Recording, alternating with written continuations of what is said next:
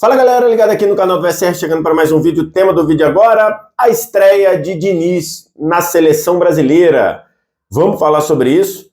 Antes, aquela dica para você que sonha em ser jornalista esportivo, você pode realizar esse sonho, mas para isso precisa estar muito bem preparado. E aí eu te indico o curso Comentários e Reportagens no Futebol, do Futebol Interativo. Eu sou professor da parte de comentários desse curso. O Caê Mota, repórter das organizações Globo, é o professor da parte de reportagem, e esse curso te dá a chance de se preparar para duas funções em um curso apenas. Você se prepara para reportagens, se prepara para comentar jogo ou programa, tudo isso no mesmo curso, que está com super desconto. Então, se você clicar no link que está na descrição aqui embaixo, esse curso tem um desconto especial para você que sonha em ser jornalista esportivo. Não vou dizer que é fácil, mas eu te digo, se você estiver preparado, é possível. Estou gravando esse vídeo aqui no sábado, depois da goleada de 5-1 do Brasil sobre a Bolívia. Primeiro jogo de Fernando Diniz, comandando a seleção brasileira. O Fernando Diniz, que até onde a gente sabe, é o técnico interino da seleção brasileira. Até onde a gente sabe, tem prazo determinado para o Diniz ficar, 1 ano, um pouquinho mais de 1 ano. E aí a gente tem muita coisa para falar dessa estreia. A primeira coisa que eu quero falar, inclusive vou deixar aqui embaixo, a Bolívia não é parâmetro para nada que o Brasil precisa. Então, antes que você diga, eu já estou dizendo, está aqui escrito. A Bolívia não é parâmetro para nada que o Brasil tem de desafio nesse ciclo. Ponto. Entendemos isso? Entendemos. Por quê? Porque o time da Bolívia é um time muito frágil. O time da Bolívia provavelmente não estará na próxima Copa do Mundo, mesmo com 48 seleções. O time da Bolívia, além de ser um time frágil tecnicamente, é um time que está fazendo um processo de renovação. A maioria dos jogadores da Bolívia tem 10 ou menos jogos com a camisa da seleção. Então, a Bolívia não é parâmetro. Perfeito? Eu já estou dizendo isso para abrir o vídeo.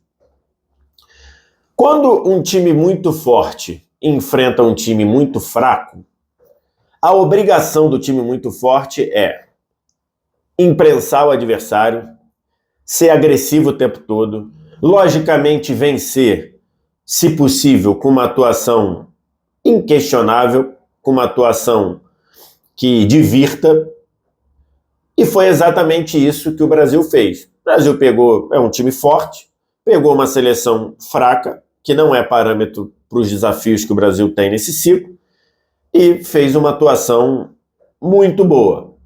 É isso que o Brasil tinha que fazer. A gente aqui vai culpar o Brasil por ter ganho de goleada da Bolívia? Não, eu não vejo lógica nisso. O Brasil entrou em campo, jogou o que tinha que jogar, fez uma atuação muito boa, e é isso que a gente tem que colocar. Então, esses dois pontos são importantes ser ditos. 1, a Bolívia não é parâmetro. 2, o Brasil não pode ser penalizado por fazer o que deveria fazer quando um time fraco enfrenta um time forte. O Brasil se postou agressivo o tempo todo, foi para cima, fez 5, poderia ter feito pelo menos 7, 8 ou até 10, e acho que é isso que deveria ser feito. E por que eu estou falando isso? Pelas estatísticas. Se você olha as estatísticas que eu estou deixando aqui, a gente vê 80% de posse de bola. 80% de posse de bola. A cada 10 minutos de jogo, a bola ficou 8 minutos com o Brasil. 21 finalizações. 11 finalizações no gol. 6 escanteios a 1. 8 grandes chances criadas. 8 grandes chances criadas. Uma bola na trave, 16 finalizações dentro da área. Esse é o cenário, é o roteiro de um jogo em que um time forte enfrentou um fraco e o time forte jogou e atuou como time forte. Se você for nesse gráfico que eu estou deixando aqui embaixo de momentos do jogo que o pessoal do SofaScore faz, esse gráfico aqui, assim, o Brasil são as colunas verdes. Quanto mais para cima a coluna, mais perto do gol o Brasil chegou. Então você vê que foi um atropelo do Brasil, como deveria ser. Então, esse é o primeiro ponto. O segundo ponto, e aí o que eu queria falar do vídeo é, a gente já percebeu e a gente já vislumbrou o impacto do Fernando Diniz no time. O Fernando Diniz tem como característica trazer impacto muito rapidamente para os seus times, né? Muita gente lembra até hoje de como, quando ele estreou no São Paulo, e ele estreia no São Paulo, ele chega numa quinta-feira, no sábado, ele enfrenta o Flamengo do Jorge Jesus no Maracanã, e o jogo é 0-0, tudo bem que o Flamengo teve as melhores chances, mas você vê o São Paulo muito rapidamente entendendo o que o Diniz queria fazer na ocasião. Isso ficou muito marcado. E aconteceu isso ontem. A gente já viu ontem um Brasil muito com a cara do Diniz. Está perfeito? Lógico que não, e nem estaria. E também a gente não poderia dizer isso porque a Bolívia não é parâmetro. Mas a gente viu um Brasil muito com a cara do Fernando Diniz. A começar, posse de bola lá no alto, mas uma posse de bola agressiva, uma posse de bola que procura o gol. Raramente o Brasil ficou tocando meio que para se proteger. Ele era uma posse de bola agressiva. Nessa posse de bola, zagueiros abertos, o Marquinhos de um lado, o Gabriel Magalhães do outro, no meio deles entrando alguém do meio campo, normalmente o Casimiro, mas também, por exemplo, o Neymar. O Neymar fez muito esse papel, e isso é muito a cara do Fernando Diniz. O Neymar, ele não jogou como um camisa 10, ele jogou mais como um camisa 8 do que como um camisa 10, né?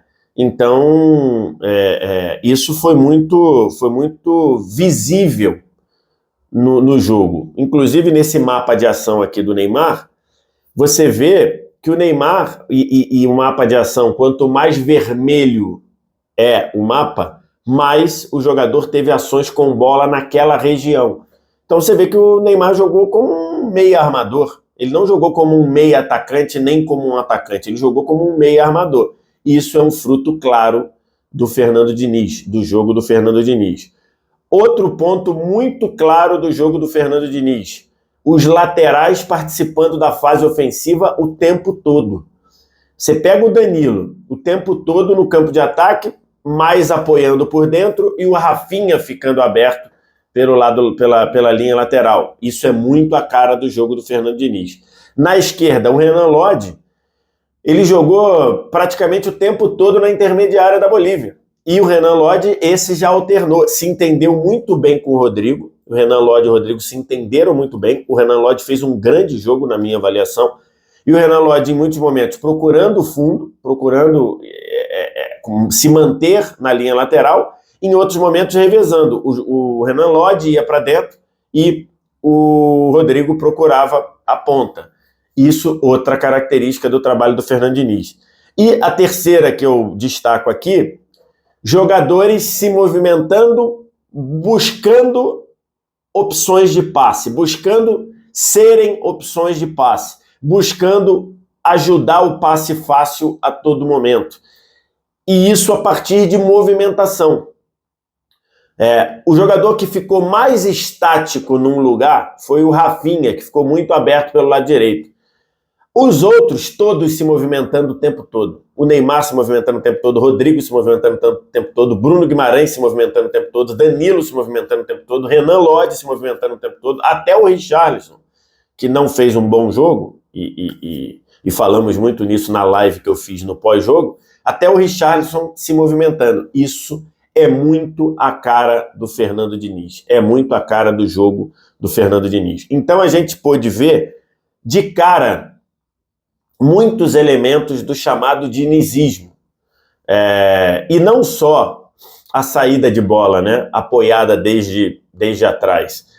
Muita gente acaba querendo, ou não sei se intencionalmente ou sem perceber, acaba resumindo o Fernando Diniz a saída de bola. E ele é muito mais do que isso.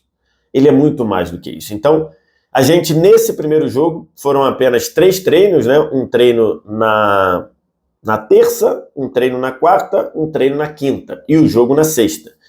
Então foram apenas 3 treinos, mas a gente já viu muita coisa que marca o trabalho do Fernando Diniz. Muita coisa que marca o trabalho autoral que o Fernando Diniz faz nos seus times. E resumindo isso tudo, a agressividade. Até o pessoal da TNT Sport deixou essa arte lá dizendo que já no fim do jogo o Diniz mandando o time continuar indo para cima. Porque o estilo de jogo do Diniz é um estilo agressivo. Vai conseguir ser agressivo o tempo todo? Eu imagino que não. Porque do outro lado tem um time. E a Bolívia não era um time que conseguisse medir forças com o Brasil, mas outras seleções vão conseguir. Talvez até a seleção peruana mesmo. Seleção peruana em casa não é essa carne assada que muita gente está querendo fazer parecer. Então talvez o Brasil já tenha muito mais dificuldade. Mas o resumo de tudo isso que a gente conseguiu ver no primeiro jogo do Fernando Diniz é um time agressivo, um time que procura o gol o tempo todo. E isso a gente viu. Então, assim, vou fechar o vídeo com o que eu abri o vídeo. A Bolívia não é parâmetro, mas dentro de um time fraco, de um adversário fraco, a gente pôde ver coisas de um trabalho que tem tudo para ser um trabalho promissor, tem tudo para ser um trabalho consolidado, tem tudo para ser um trabalho que dê ao Brasil uma cara muito mais próxima do que o torcedor idealiza do que a gente teve nos últimos trabalhos. Se o Diniz vai ficar ou não, é papo para depois. Acho até que o Diniz não deveria fazer o trabalho dele preocupado se vai sair, se vai ficar ou não. Acho que o Diniz tem que fazer o trabalho dele pensando no 1 ano que ele inicialmente vai ficar. Se isso vai servir para o Brasil ganhar a Copa América ou a Copa do Mundo, a gente precisa esperar porque o trabalho está só no começo. Mas já no começo a gente vê um trabalho com a cara do Diniz e era isso que se esperava dele, era isso que ele tinha a oferecer. E já no primeiro jogo a gente viu. Tem muita coisa para melhorar, lógico. A Bolívia não é parâmetro, lógico. Mas esse primeiro jogo permite esse tipo de análise. Quero te ouvir. O que você tem a dizer? Concorda com o que eu falei? Discorda de tudo que eu falei? Faz isso aqui nos comentários. O resto é isso. Like, se inscreve no canal, sininho das notificações, copia o link do vídeo, espalha aí nos seus grupos de WhatsApp, Telegram. Se você puder fazer a sua assinatura do canal do VSR, virar membro aqui do canal, seja membro aqui embaixo ou aqui em cima. Obrigado demais pela audiência, valeu, tchau.